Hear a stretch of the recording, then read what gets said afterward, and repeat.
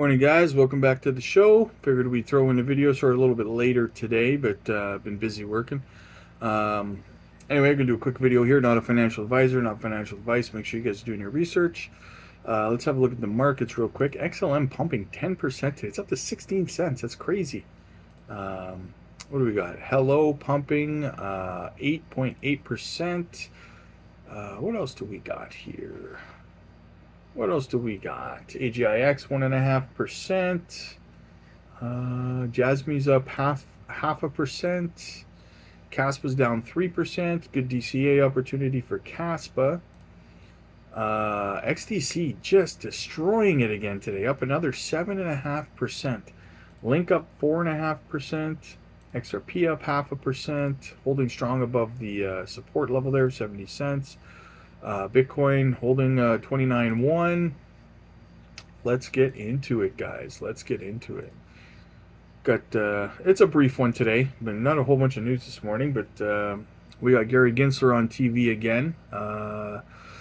Says had a Bloomberg interview. Tony Edwards says notice he updated his talking points to say without prejudging our efforts in calling him out for paying off. Are paying off. We have to keep putting pressure on this scumbag regulator. Exactly. So because he was saying that all cryptos are securities, remember that? He was saying that they're all securities. Everything's a security. Well, because he got called out and there was a paper issued about him prejudging cryptos before they vote on them and how he should recuse himself from voting on lawsuits against projects because he's biased. He's now trying to change his verbiage to without prejudging any projects, right? You've already nationally on national television prejudged all projects, Gary. You're done, right? This guy's out of talking points. Everything that he said, he's painted himself into a corner on. He's done, right? He's finished. You can change your verbiage all you want. Eric Bolshanis says Gensler on TV today on Bloomberg says those filings come up to 5-member commissions, so can't comment. But crypto is highly speculative. No protections of SEC laws. No fair truthful disclosures. Platforms get away with things that New York Stock Exchange couldn't. Rife with fraud and hucksters. Okay, now this is going to be an unpopular statement. Okay, but hear me out on this. He is right with what he's saying when it comes to exchanges and stuff, right? For him to say there is no fair and truthful disclosure from platforms and that they get away with things that that platforms on the New York Stock Exchange, for example, the New York Stock Exchange itself, would not be allowed to do, like trading against their customers and things like that, having no truthful transparency in terms of everything being backed one-to-one. He is right when he says that, and we do need that, and it's something that why do you think we say don't trust exchanges with your coins? I mean, what he's saying when it comes to that is right on par with what we say when we say not your keys, not your coins, right? Not your crypto. So the problem is that it's not that what he's saying is wrong, because it's right in that aspect. It's the motivations and the intentions behind what he's saying that is wrong. He's saying it from a position of ill will, so to speak, right? He's a bad faith regulator. So what he's saying is right, but he's saying it for the wrong reasons, if that makes sense, right? So don't throw me under the bus here, guys. And I'm not talking about calling other crypto securities and stuff. I'm strictly referring to what he's saying about exchanges. He's not wrong in some of the things that he's saying. Tell me you wouldn't feel a lot safer if you had truthful disclosure from Binance or Coinbase or whomever else, right? Just a thought. Brendan Peterson says Republican Patrick McHenry announces no deal on stablecoins with Rep. Paul Maxime Waters, Democrat. Says he's disappointed. Here's a twist. McHenry is blaming the White House for an unwillingness to compromise in negotiations. McHenry says, we were closer than we've ever been, sorry. A few small but nonetheless important provisions stood between us and a deal, and it was the White House's unwillingness to compromise that has once again brought that negotiation to a halt. Negotiation to a halt. Okay, House Democrats are clearing the room for Republican Maxine Waters. Noted the absence of quorum.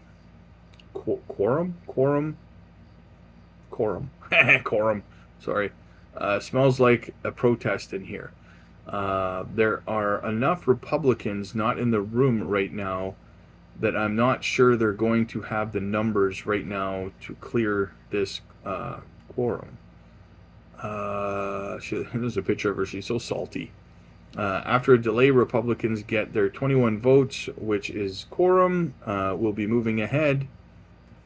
Waters starts to open remarks with, "This committee is being forced by the MAGA wing of the Republican Party." Groans, boos, and jeers from the GOP in the room. Like, holy crap, what does Trump have to do with this? He has nothing to do with this. Talking about MAGA and stuff. Like, my God, Democrats, man.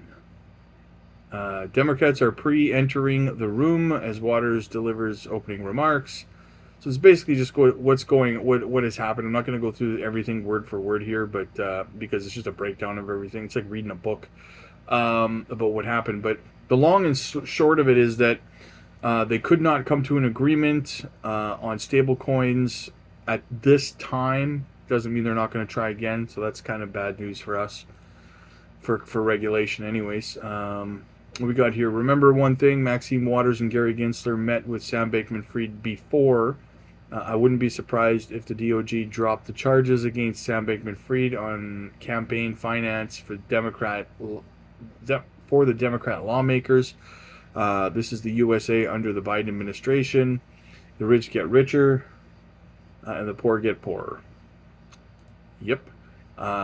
Crypto law says the small anti-crypto faction within the Democratic Party seems to realize the tide has turned against them. The Biden administration had better be thinking long and hard about next steps and asking what could possibly be the upside to continuing on the losing path. We got another thing from Crypto Law here before we get into this next article. It says, has Gensler read the Howey decision? 3 factors. 1, he has no jurisdiction over assets or asset classes, only sales. 2, Howey says explicitly that it doesn't matter if an offer is speculative or not in determining if it's a security. And 3, Howey gives him no authority. Sorry, my phone was ringing there. Howey gives him no authority to regulate blind bid transactions like on exchanges. None. You are out of arguments, Gary Gensler. Exactly. That's what I've been saying, but yet he still continues to ramble on about it, right? All right, quick article here, guys, from Blockworks. The Ripple and XRP to Filecoin. From Ripple and XRP to Filecoin, the SEC is simply illogical. There's no chance that the SEC is genuinely interested in helping any crypto company come into comply. Their real goal is just control. If the crypto industry hasn't yet appreciated the scale of danger posed by the SEC's legal theory at the heart of its long-running lawsuit against Ripple and XRP and the XRP token, it seems to have finally hit home for many when news broke about Grayscale's attempted SEC registration of its Filecoin trust. When you consider the Grayscale news, the SEC's recent claim that Algorand constitutes an unregistered security, and the Coinbase Wells notice, the SEC war on crypto becomes clear. An amicus counsel for 75,000 plus XRP holders, John Deaton, I've spent more than 2 years warning everyone who would listen about the outrageous arguments being made by the SEC. The SEC's central theory in the Ripple case is that the XRP token itself is a security. The allegations are not limited to transactions offered by Ripple or its executives. The SEC is arguing all sales of XRP, regardless of the seller and circumstances surrounding the sale, constitute a transaction of securities. From the very first one in 2013 onward, in perpetuality, including on the secondary markets between parties who have nothing to do with each other. The SEC based this on the allegations that the very nature of a digital asset is to be a security and nothing else, making XRP the embodiment of an investment contract with Ripple, no matter who holds it, uses it, or sells it. Anyone familiar with the Supreme Court's 1946 Howey decision must concede the SEC's wildly overreaching argument stretches the so-called Howey test beyond recognition. The Howey decision makes clear that the underlying asset itself is not the security, only the scheme by which it is packaged and sold. That 1946 case was about investments in Florida orange groves being sold, we know that. Being with the XRP and theoretically expanding to every digital asset, the SEC has embarked on turning the Howey test on its head. For the first time since 1946, the oranges are now the securities. To illustrate the Filecoin Trust situation through that prism, the agency's lawyers are starting to chase after the grocers who are selling the oranges in the nearby town. That is how absurd this has become. Given how the SEC has treated secondary market sales of XRP and Ripple in the Ripple case, those proverbial grocers can now claim innocence by proving they bought the oranges from the middleman and not the Howey company. Under the SEC's new legal theory on cryptocurrencies, the oranges are forever tied to the Howey investment and are thus always illegal. That is, in fact, what just happened to Grayscale. Just like it did in the run up to suing Ripple over XRP, the SEC is not going to find a path for registering Filecoin as a security because there is no real way to register an asset that has practical utility on a decentralized file sharing network. Logic simply does not enter the SEC's thinking. Nor will the agency help Grayscale register Filecoin Trust as an investment company if it separately sues the Filecoin Foundation. No digital asset will ever come into compliance because that isn't the SEC's goal. How does one even attempt to register a line of digital code existing within software? Instead, the SEC will continue to exploit every chance it has to drag every crypto entity into court by arguing every possible digital asset to be a security under the embodiment theory, either through bankrupting settlements or draining hundreds of millions of dollars out of targeting the targets in long drawn-out cases. The SEC's only goal is to get the entire crypto space under its regulatory thumb, no matter who gets harmed in the process. It certainly doesn't care about harming the retail investors they claim to.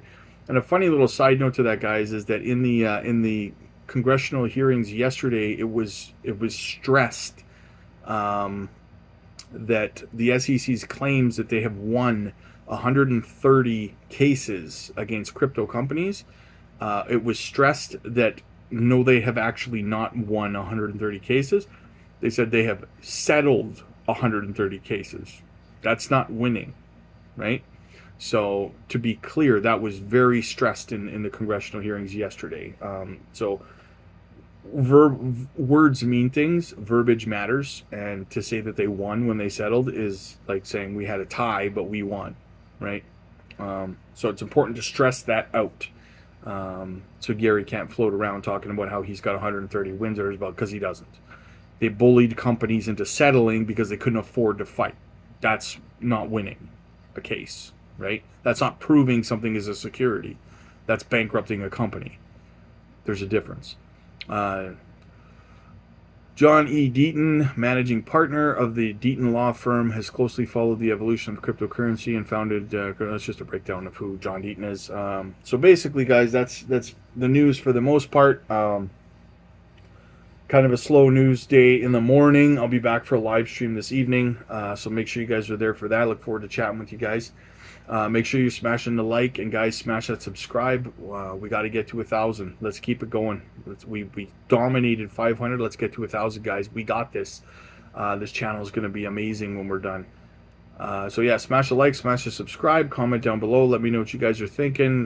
Make sure you're putting hashtag FireGaryGensler on Twitter or X or whatever the heck you want to call it these days. And I'll see you this evening.